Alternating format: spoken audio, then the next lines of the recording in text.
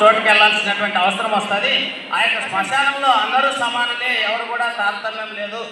అది అందరినీ సమాన దృష్టితో చూసేటువంటి స్థలము. రాజులు కావచ్చు, కవులు కావచ్చు, తర్వాత గొప్ప గొప్ప కళాకారులు కావచ్చు, ఎవరైనా సరే అక్కడ అందరికీ సమాన న్యాయం ఉంటుంది అని చెప్పి గొప్ప అర్థవంతమైనటువంటి పద్యాలు రాయడం జరిగింది. అందులో ఉండేటువంటి పద్యాన్ని ఒక నీకు పాడి వినిపిస్తా.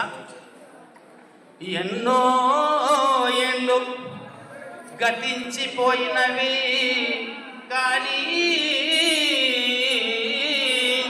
ఈ శ్మశాన స్థలి కన్నులు మోడ్చిన మందభాగ్యుడు ఒక్కడై నన్ను లేచిరాడు అకట. ఎన్నాళ్ళి చలనంపు లేని సేనంపు ఏ తల్లులల్లాడిరో,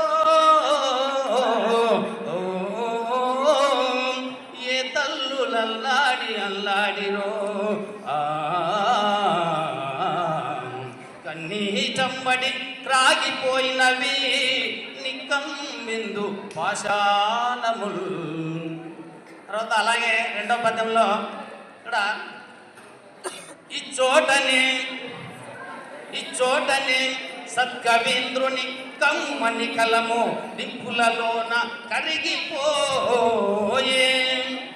ఈ చోటనే భూములేలు రాజన్యుని అధికార ముద్రికల్ అంతరించే.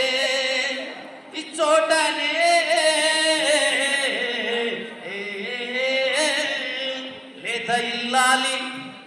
లేత ఇల్లాలి నల్ల పూసల సౌరు గంగలో కలసిపోయే.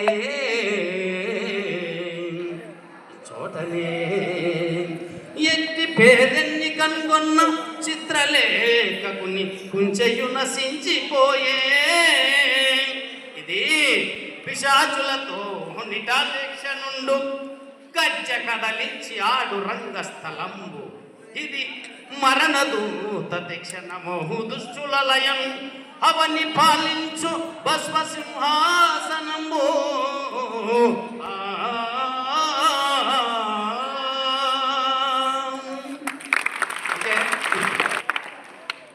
వాకొనరాని గొప్పదనవంతునిద్దం పాలరాతి కోరి కడన్ పరంవేయబడి ప్రేలికలతో పొరలాడు ప్రీతము.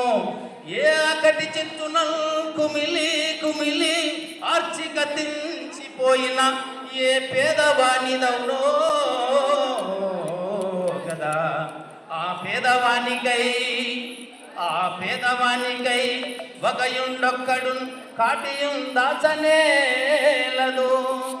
ఇలా చాలా అర్థవంతమైనటువంటి పద్యాలు, రాగయుక్తమైనటువంటి పద్యాలు, ఎంతోమంది గొప్ప ఆయన యొక్క పద్యాలు మాత్రం తరతరాలకి చావు. మరొకసారి గుర్రం జాషువా గారి జన్మదిన శుభాకాంక్షలు తెలియజేసుకుంటూ